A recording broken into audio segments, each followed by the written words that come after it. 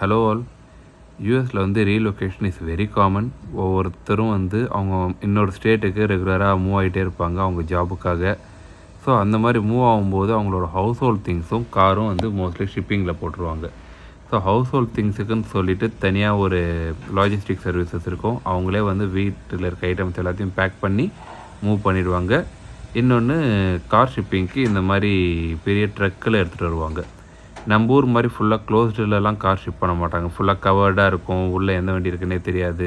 So அந்த மாதிரி கிடையாது. இந்த ஊரில் வந்து ஃபுல்லாகவே ஓப்பனில் தான் எடுத்துகிட்டு போவாங்க. நம்ம வீட்டுக்கு இவ்வளோ பெரிய ட்ரக்கு வந்து நிற்கிற அளவுக்கு நம்ம வீட்டு வாசப்படியில் இடம் இருந்ததுன்னா வீட்டாண்டே வந்துடுவாங்க. சப்போஸ் வர முடியலன்னா அவங்க அந்த ட்ரக்கு எவ்வளோ தூரம் எவ்வளோ நியர்பை வர முடியுமோ அந்த இடத்துக்கு வந்துட்டு நம்மளோட கார் எடுத்துகிட்டு வர சொல்லுவாங்க.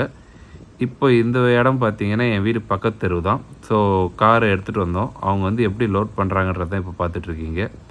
ஸோ ரொம்ப நேரோவாக ரொம்ப பக்கத்தில் தான் நிற்க வச்சு வீலெலாம் கரெக்டாக டைட் பண்ணிவிட்டு அண்ட் தென் ஹைட்ராலிக்ஸ்லாம் கரெக்டாக டைட் பண்ணிவிட்டு வண்டி விழாத மாதிரி பக்காவாக பிளான் பண்ணிட்டு தான் எடுத்துகிட்டு வராங்க. ஒன்ஸ் இது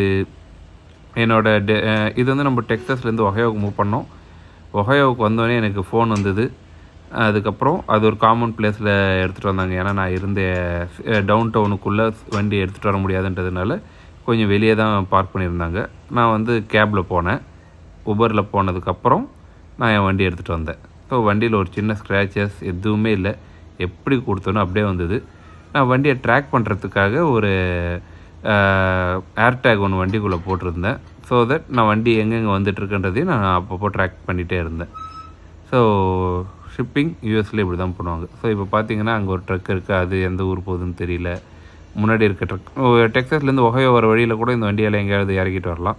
பட் என் கார் வந்து வரும்போது டேலஸ்லேருந்து கிளம்பி ஹூஸ்டன் போயிட்டு ஹூஸ்டன்லேருந்து ஒஹையோ கொலம்பஸ் வந்தது.